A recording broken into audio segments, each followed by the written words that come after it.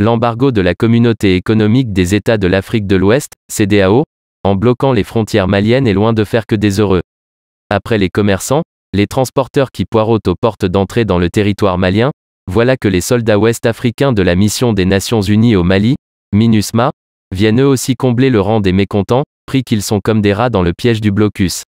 Ils sont connus pour constituer ce que l'on appelle communément, la « grande muette ». Pourtant, malgré ce qualificatif, la rage gronde et la colère sourde. En fin de mission depuis quasiment la fin du mois de février, les militaires ressortissants de pays membres de la Communauté économique des États de l'Afrique de l'Ouest, CEDEAO, peinent à rentrer chez eux. Ils sont originaires du Sénégal, du Togo, de la Côte d'Ivoire et sont devenus des oisifs errants à Bamako. Les autorités de la junte au pouvoir au Mali refusent à ces derniers la possibilité de quitter le territoire malien. La raison, elle est toute simple, la CEDEAO a imposé un blocus et fermé les frontières maliennes. Personne n'entre, personne ne sort. Circuler, il n'y a rien à faire. Comme quoi, ces braves soldats de la paix sont aujourd'hui victimes de dégâts collatéraux et paient pour des pots qu'ils n'ont pas cassés et ce depuis bientôt un trimestre. Selon notre source, bien au fait de la situation, ils auraient dû quitter le territoire malien depuis le 2 mars dernier.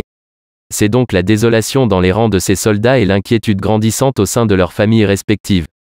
Pourtant, les autorités politiques, à l'origine de cette situation, sont au courant. On avait à un moment donné eu un espoir au moment du sommet extraordinaire de la CEDEAO à Accra, mais là, nos espoirs se sont dégonflés comme un ballon de baudruche, poursuit notre source.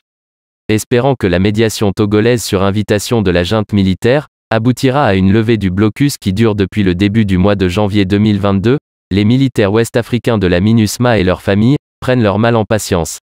Rappelons que la fermeture des frontières entre le Mali et les États membres de l'organisation a fait naître des inquiétudes au sein de la population tandis que dans les zones frontalières, des camions de marchandises ne peuvent ni entrer ni sortir du pays.